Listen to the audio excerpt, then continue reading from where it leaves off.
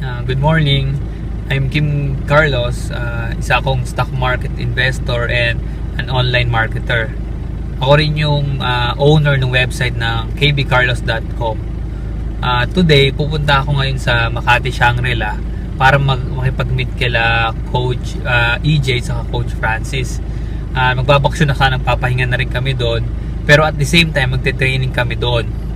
Ito kasi yung maganda sa sa online business. Pwede mo siyang gawin kahit nasaan ka. Kahit nagbabakasyon ka, kahit nasa work ka, o kaya kahit nagta-travel ka, pwede mong gawin. In this video, tuturuan namin kayo kung ano yung tatlong basic but very important component ng isang business. So kung ikaw yung taong nagsisimula pa lang mag-business or gusto magsimula mag-business, kailangan mo itong malaman. Okay? So tara, punta na tayo doon.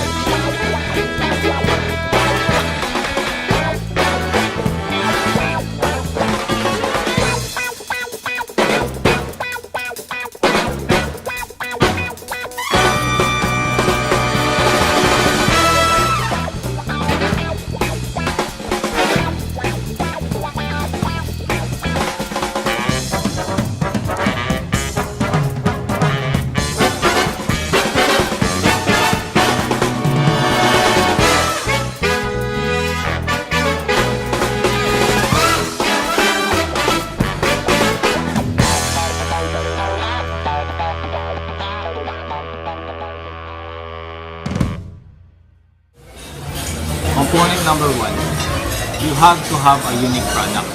Bakit? Kasi yung product na yun is yung kailangan mo para makabenta ka. Kaya importante talaga yun.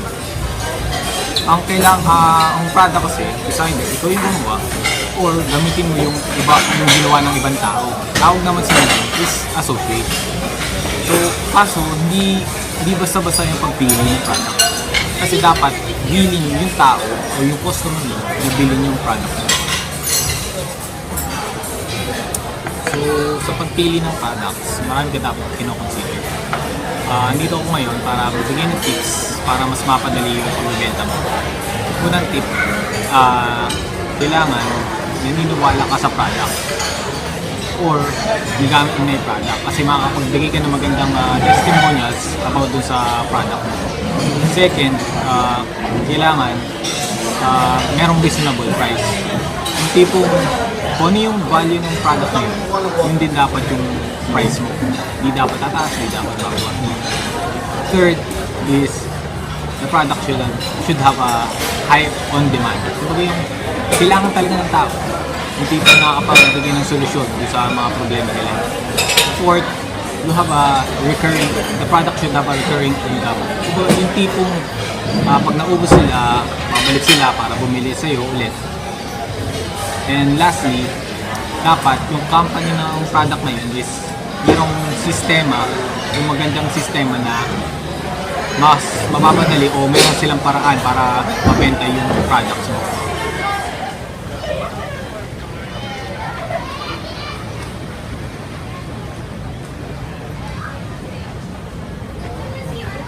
Hi!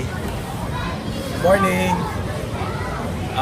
So, dito tayo para discuss naman natin yung second component na important sa business. Ano ba yung second important na importante sa business? I think na-mention na earlier yung system. So, ano ba ang system? So, sistema sa Tagalog. So, kailangan may sistema. Lagi natin naririnig yung sistema na yan.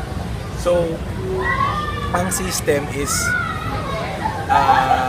para mas maintindihan nyo, ganito lang, magbigay na lang ako ng tatlong importance ng system sa isang negosyo. So, unang importansya ng system is ito yung way para ma-market mo yung produkto mo. Okay? So, ito yung way para ma-market mo yung produkto mo, para malaman ng mga tao sa paligid mo, para malaman ng mga tao, ng kamag-anak mo sa ibang bansa, na meron kang produkto na binibenta o isang serbisyo na binibenta. Yun yung unang importansya ng system. Pangalawa is ang system ay ito yung sabihin natin semi-automated. Ibig sabihin, not necessarily kailangan meron kang computer, ganun. Pero ang point is, semi-automated siya. Ibig sabihin, kahit nagtatrabaho ka pa, kahit tulog ka, kahit babakasyon ka, nagtatrabaho pa rin yung sistema para sa'yo. Kumikita pa rin yung negosyo mo, di ba? Okay yun, di ba? Ayos yun. The third component naman is, naduduplicate mo yung system.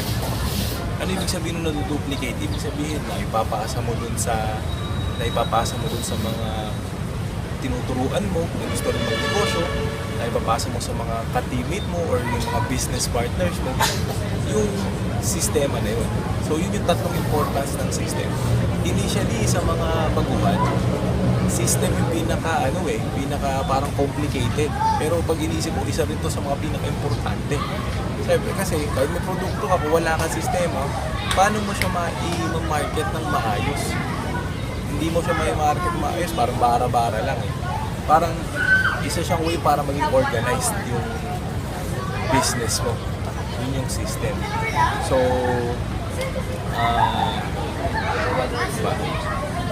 kung may example na magandang system, for example na lang, hindi lagi natin nakikita fast food, di ba? Isang type ng business na kilalang sa mundo. For example, McDo, or sabihin na natin Jollibee, or any fast food chain or restaurant, lahat yun may system. Nandun ba yung sinabi kong tatlong importance? Ano ba yun? Una, may produkto. Siya yung way para ma-market mo yung produkto mo. Ano yun? For example, sa McDo or sa Jollibee, yung fast food na inaano nila, or services at yung fast food na mismo produkto nila, yun yung minamarket nila. Namamarket nila kasi may system sila. Pangalawa, ano ba yung ginagawa ng system? Kahit tulog sila, kahit nagtatrabaho. So, inisip mo yung mga may-ari ng Jollibee, yung may-ari ng McDo, kahit nagbabakasyon sila, nagbabakasyon sila, nagtatrabaho sila, may iba silang business na kausap, may iba silang business abroad or sa ibang parts ng Pilipinas o ibang parts ng mundo, gumagalaw pa rin yun. Yun yung second, di ba? Kaya may system. Yung pangatlo, naduduplicate nila. Anong naduduplicate? Ilan na ba ang Jollibee o ilan na ba ang McDo dito sa atin? Di ba? May franchise na eh. Ibig sabihin, hindi naman pwede yung iba yung ginagawa nung nandun sa US, na ginagawa dito. Hindi. Uniform yan eh. I-approve pa nga niya nung franchisor or nung may-ari yung in charge dun sa nagpapa-franchise ng McDo o Jollibee. Di ba? So, siya yung titingnan nila kung nakokopya ba or naduduplicate ba yung system na ginawa nila originally. And pag tinignan nyo mabuti, mukhang nagagawa naman. Kasi tingnan nyo, okay yung market ng McDo, ng Jollibee, okay yung market ng fast food. Tapos, na-i-deliver nila ng maayos yung produkto nila. So, yun yung three components na nagagawa. Remember, the three components. Ang three components ng system or three importance ng system sa isang business ay it's a way para ma-market yung product mo.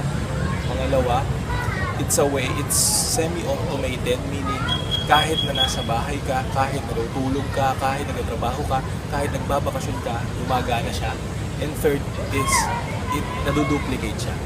Okay? Since naduduplicate siya, meron ka leverage sa business, nagagawa mo yung mga pwede mong gawin, katulad din ng ibang mga taong tinuturuan mo, nagagawa din nila yun. Okay? So, yun muna yun. Okay? See you. So, ang third component ng isang business ay ang traffic. Okay, so hindi ito yung traffic na nakikita mo sa EDSA. Okay, ang traffic ay yung kung gaano karaming tao nakakakita dun sa business mo. Okay, so kahit may products ka, kahit may system ka, kung walang traffic, wala kang puproduce na customer. Okay, so ano ba yung sources? For example, pag sa isang fast food, isang kanto ng fast food, yung lahat ng taong dumadaan doon sa kalye na yun, yun yung traffic.